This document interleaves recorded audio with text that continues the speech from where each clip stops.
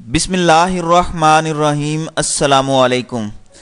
مولانا خادم حسین رضوی، پیر افضل قادری اور دیگر تمام قیادت اس وقت جیل میں پڑی ہے، اور اس وقت مجھے بار بار کامنٹس میں پوچھا گیا کہ آئندہ آنے والے دنوں میں کیا ہونے جا رہا ہے، اور نیز یہ کہ آخر کیا معاملہ ہے کہ خادم حسین رضوی باہر نہیں آ پا رہے۔ ہم آج آپ کو اس حوالے سے ساری تفصیلات شیئر کریں گے۔ سب سے پہلے دوستوں سے گزارش ہے کہ جنہوں نے خاکسار کے چینل کو سبسکرائب نہیں کیا وہ براہ کرم سبسکرائب کر لیں، اور ساتھ ہی بیل آئیکن بھی دبا دیں تاکہ آپ کو نئی ویڈیوز بر وقت مل سکیں۔ سوشل میڈیا پر اس وقت بہت زیادہ مس انڈرسٹینڈنگ چل رہی ہے۔ مثلا خادم حسین رضوی کی گرفتاری کے روز ایک تصویر سوشل میڈیا پر وائرل کی گئی کہ خادم حسین رضوی اپنے پاؤں پر کھڑے ہیں۔ تحقیق کے بعد یہ تصویر ایڈیٹڈ نکلی اور اس کا جھوٹ بھی سامنے آ گیا۔ اسی طرح سوشل میڈیا پر خادم حسین رضوی کی روتے ہوئے کی ایک ویڈیو بنائی گئی، ایک تصویر بھی آئی، وہ بھی فیک نکلی۔ خادم حسین رضوی کو جہاں رکھا گیا ہے وہاں پر کوئی تصویر یا ویڈیو بنانے کا تصور ہی نہیں ہے۔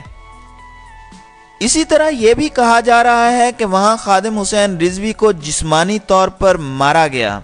یہ بھی سچائی کے برعکس ہے۔ ہاں، یہ سچ ہے کہ ذہنی طور پر ٹارچر کیا جا رہا ہے اور ان کو راتوں کو جگایا جاتا ہے۔ اسی طرح خادم حسین رضوی کی بیوی کے متعلق ایک انٹرویو خاکسار نے ہی سب سے پہلے سوشل میڈیا پر شائع کیا تھا، جو کہ روزنامہ امت سے لیا گیا تھا، مگر اس کے بعد سے ان کی بیوی اور بیٹی بھی منظر سے غائب ہیں۔ اس کے بعد ان کی طرف سے بھی کسی قسم کا کوئی واقعہ یا کوئی بات رپورٹ نہیں ہوئی۔ آخر کیا وجہ ہے کہ خادم حسین رضوی اور ٹی ایل پی قیادت کو گرفتار کیا گیا؟ سچ یہ ہے کہ ہمارے ملک میں بہت سے مولوی حضرات ایسے ہیں جو مذہب کے نام پر سیاست چمکا رہے ہیں۔ اس کی بہت بڑی مثال فضل الرحمان، سراج الحق اور طاہر اشرفی ہیں۔ آسیہ مسیح کا معاملہ جب سپریم کورٹ میں گیا اور سپریم کورٹ نے اسے رہا کرنے کا حکم دیا تو یہ ایک ایسا مومنٹ تھا جب خادم حسین رضوی نے اس کے خلاف ملک گیر احتجاج کا اعلان کر دیا، اور پورے ملک سے لوگ نکل آئے جنہوں نے ایک طرح سے پورا ملک جیم کر دیا۔ اس احتجاج میں پاکستان کو اربوں روپے کا نقصان ہوا۔ ملکی اور لوگوں کی ذاتی املاک کو جلایا گیا اور بے پناہ نقصان کیا گیا۔ اس کے بعد خادم حسین رضوی صاحب نے ایک دفعہ چند شرائط پر دھرنا ختم کرنے کے بعد 25 نومبر کو دوبارہ دھرنا دینے کا اندیا دیا، اور پیر افضل قادری نے عدالت کے معزز جج صاحبان، وزیر اعظم اور آرمی چیف کے قتل کرنے کا فتویٰ بھی جاری کر دیا، جس پر خادم حسین رضوی اور ان کی اعلیٰ قیادت کو دھر لیا گیا۔ جہاں تک خادم حسین رضوی کے باہر آنے کا تعلق ہے تو یاد رکھیں کہ ابھی تک خادم حسین رضوی کے باہر آنے کا کوئی امکان نہیں ہے۔ آپ کے علم میں ہی ہوگا کہ حال ہی میں پی ٹی آئی کے چند وزراء نے ٹویٹس اور پریس کانفرنسز میں اس بات کا اعادہ کیا کہ خادم حسین رضوی پر دہشت گردی کی دفعات اور توہین عدالت کیس ڈالا گیا ہے۔ اس بات کا قوی امکان ہے کہ ان جرائم کی پاداش میں خادم حسین رضوی کو عمر قید کی سزا دی جائے۔ اس کے علاوہ پیر افضل قادری اور تحریک لبیک کے 2 بڑے قائد شامل ہیں، ان پر بھی کڑی سزاؤں پر غور کیا جا رہا ہے۔ جہاں تک دیگر کارکنان کا تعلق ہے تو ان کو 3 کیٹیگریز میں تقسیم کیا گیا تھا۔ وہ کارکنان جو املاک کو نقصان پہنچانے میں ملوث نہیں تھے ان کو اب تک رہا کیا جا چکا ہے۔ وہ کارکنان جن کو ویڈیوز میں املاک کو نقصان پہنچاتے ہوئے دیکھا جا سکتا ہے ان پر دہشت گردی کی دفعات کا اطلاق کیے جانے کا قوی امکان ہے، جس میں ان کو سزا اور جرمانہ دونوں ہو سکتے ہیں۔ اکثر کارکنان کو کوٹ لکھپت جیل اور اڈیالہ جیل راولپنڈی میں رکھا گیا ہے۔ سوشل میڈیا پر خادم حسین رضوی اور دیگر رہنماؤں کی رہائی کے حوالے سے پروپیگنڈا ویڈیوز بنائی جا رہی ہیں جو کہ جھوٹ کا پلندہ ہیں اور لوگوں کو محض گمراہ کیا جا رہا ہے۔ جیسا کہ آپ جانتے ہیں کہ مولانا خادم حسین رضوی کنٹروورشل معاملات میں بولنے کی وجہ سے مشہور ہوئے اور پھر سیاست میں مذہبی شناخت کے ساتھ نمودار ہوئے۔ پھر ایک پرتشدد سیاست کا عنصر ہمیں دکھائی دیا جس کی باز گشت ہمیں میڈیا اور ایوانوں تک سنائی دی۔ ایک بات جو بار بار کہی جاتی ہے کہ مولانا خادم حسین رضوی کے سورس آف انکم کیا ہیں، سیاست میں الیکشن لڑنے کے لیے اتنا زیادہ پیسہ انہوں نے کہاں سے لیا اور کس طرح سے اتنے ووٹ لے لیے۔ ابھی چند روز قبل ہی طاہر اشرفی کے اکاؤنٹس کی تفصیلات منظر عام پر آئیں اور لوگ حیرت زدہ ہو گئے کہ کس طرح مذہب کا درس دینے والا یہ مولوی ناروے کی ایجنسیوں سے پیسے وصول کرتا تھا اور ان کے ایجنڈے پر کام کر رہا تھا۔ خادم حسین رضوی کے متعلق بھی ایسے ہی شکوک کا اظہار کیا جاتا ہے کہ ان کو غیر ملکی فنڈنگ دی جا رہی ہے۔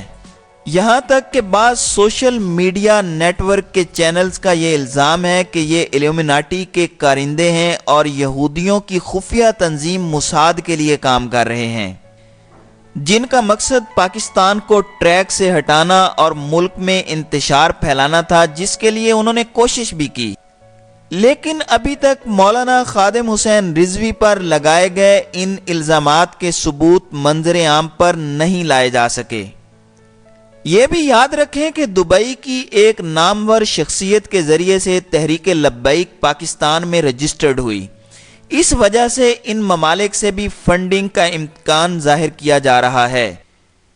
اسی طرح تحریک لبیک کو ڈسکوالیفائی کرنے پر بھی شد و مد کے ساتھ کوشش کی جا رہی ہے اور آپ کو 1 ماہ میں بھی اس کا رزلٹ سامنے آ جائے گا۔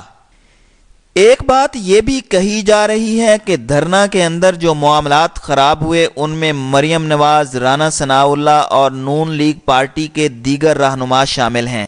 جمعہ کے روز تک خادم حسین رضوی کا دھرنا بالکل ٹھیک جا رہا تھا اور بعد میں ایسے کیا معاملات ہوئے جو ایک دفعہ اناؤنسمنٹ کی گئی کہ ہم دھرنا ختم کر رہے ہیں، مگر اس کے تھوڑے وقت بعد پھر سے اعلان کیا گیا کہ ہم دھرنا ختم نہیں کر رہے اور سارے معاملات وہاں سے بگڑ گئے۔ بسیں جلائی گئیں، کاریں جلائی گئیں، یہاں تک کہ یہ ختم نبوت کے مجاہدین ایک ریڑھی والے بچے کے کیلے مال غنیمت سمجھ کر چھینتے ہوئے اور مزے لے کر کھاتے ہوئے نظر آئے۔ اسی طرح مسافر خواتین کے ساتھ بھی بدتمیزی کے واقعات ہوئے۔ اس بات کو اچھی طرح ذہن نشین کر لیں کہ مولانا خادم حسین رضوی کے پاس سٹریٹ پاور ہے اور وہ ہمیشہ اس کے ذریعے ینگسٹرز کو باہر لاتے رہے ہیں۔ یہی وجہ ہے کہ گزشتہ دھرنے میں پاکستان 3 روز تک محصور رہا، معیشت کو ناقابل تلافی نقصان پہنچا، پوری مارکیٹ بند کروائی گئی، مگر حیرت کی بات یہ ہے کہ رنگ برنگے بینرز جن پر خادم حسین رضوی صاحب اور ان کے نعرے آویزاں تھے وہ اسی بند مارکیٹ سے بن کر آتے رہے۔ خیر، اس تمام سینیریو میں اگر ہم حالات کو دیکھیں تو خادم حسین رضوی کو عمر قید ہونے جا رہی ہے، اسی طرح دیگر اہم رہنماؤں کو بھی کڑی سزاؤں کا سامنا کرنا ہوگا، جس کا اندیا پی ٹی آئی قیادت کی طرف سے دیا جا چکا ہے۔